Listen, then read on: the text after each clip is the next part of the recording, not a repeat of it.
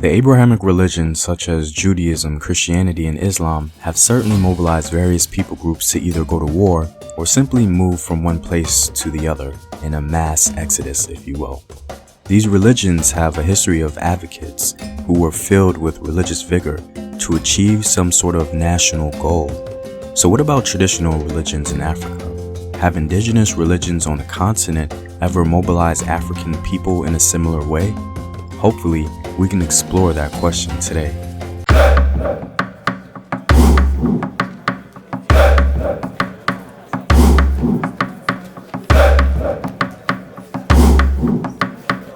What up, African world? It's Home Team here, and welcome back to another video of African history, culture, and worldview. By supporting this channel on Patreon, you're helping in the creation of these videos and supporting this content. If you'd like access to full courses and sources, or you simply want to show your support, you may do so by clicking the Patreon link in the description box below.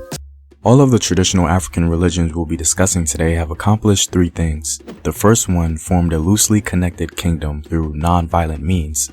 The second formed an entire empire, one of the biggest on the African continent. And the third led a people on a journey to their permanent dwelling. Let's talk about the first traditional African religion on our list. The so-called Kingdom of Nri was a little-known socio-religious polity in southeastern Nigeria amongst the Igbo people. Nri was very influential religiously, and they began to preach messages of healing and peace. In many ways, it can be seen as the equivalent of Buddhism in Africa. Nri is said to have taken form around the 11th century, but its religious precepts are perhaps much older. The socio-religious influence of Nri at the height of its power developed into what historians have acknowledged as a sort of holy land and compared it to the religious cities of ancient Rome and Mecca. Nri rose to become the center of a dominant and imperial city-state whose influence was felt in most Igbo communities. Nri hosted people as pilgrims who sought forgiveness for their sins, as it was believed that one could be cleansed of sins and taboos by entering the holy city. The significance of Nri was not limited to being a sacred land. It was also regarded as a healing haven where people brought their abnormal children for ritual cleansing. Nri also hosted people from other communities whose reason for visiting was to receive the knowledge of yam medicine, known as ogwuji, in exchange for annual tributes. The Kingdom of Nri was an African haven where people could restore their mind and soul. It even evolved into a place where enslaved people would be set free upon their arrival. But for me, the most impressive thing about the Kingdom of Nri, and the only reason it came to be known as a kingdom in the first place, was because it expanded only through religious converts and not any violence.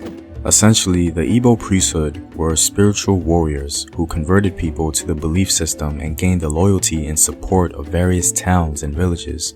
The mythological origins of Nri tells us that a sky being came down to Igbo land and formed a civilization, beginning the religious tradition.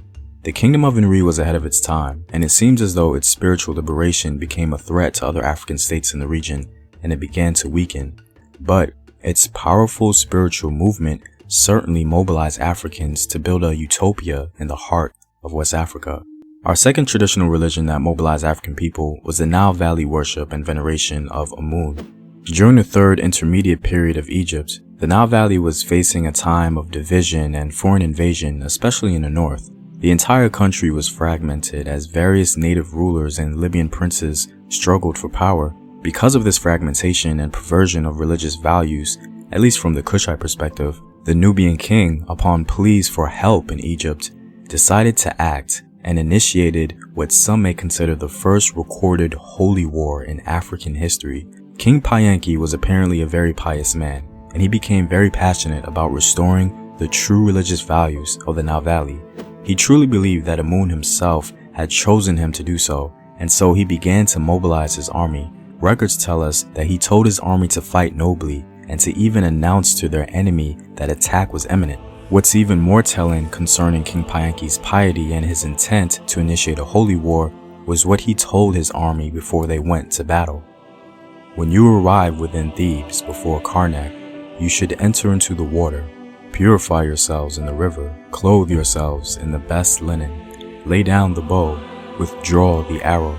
Do not boast of greatness as a possessor of strength. The mighty has no strength in ignorance of him, for he makes the broken-armed strong-armed, Thus do multitudes turn tail to the few, one seizes 1,000 men. Sprinkle yourselves with the water of his altars. You should kiss the ground before him, and you should say to him, give us passage, that we may fight in the shadow of your strong arm. The corpse of recruits whom you have sent, let its onslaught occur while multitudes tremble before it. I found the words of King Paenki to be very telling. His instructions sound no different from any holy war initiated by the Abrahamic religions of Christianity or Islam. The resemblance is very striking. In another video, it might be interesting to see the difference between an African holy war and others outside the continent, because the Nile Valley arguably had one of its golden ages after King Paenki's holy war, and the Kushite ruler forgave his enemies, seemingly staying true to the original purpose of his moral warfare.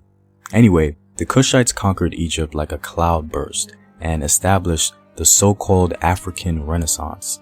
This traditional African religion mobilized the Nubians in a unique way, spearheading one of the most culturally restorative moments in Nile Valley history.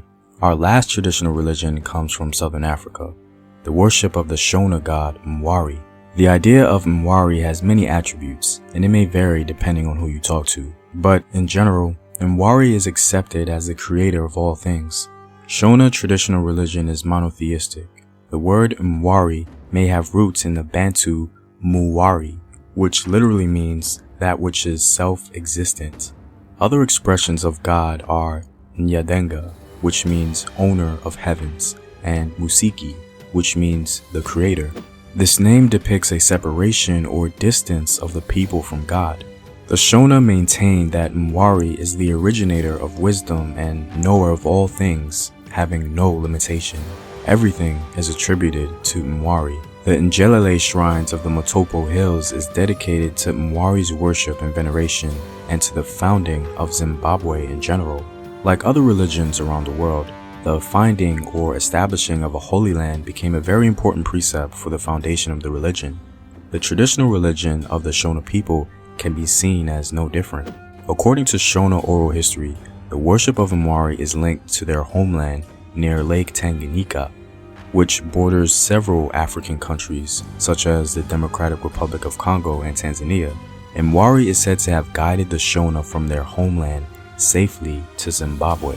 We aren't sure why the Shona left their homeland, but their belief in Mwari certainly mobilized them in a collective way. One tradition explains that Mwari's voice summoned the elders and implored them to leave for the promised land. The voice spoke through nature, like animals, trees, and grass. Even food was mysteriously served by nature. According to the Shona, this is how they came to be settled at Great Zimbabwe. I find it interesting that Great Zimbabwe later became the place where the largest stone structures south of the Sahara were ever built, and it became a recognizable symbol of civilization for southern Africa in general.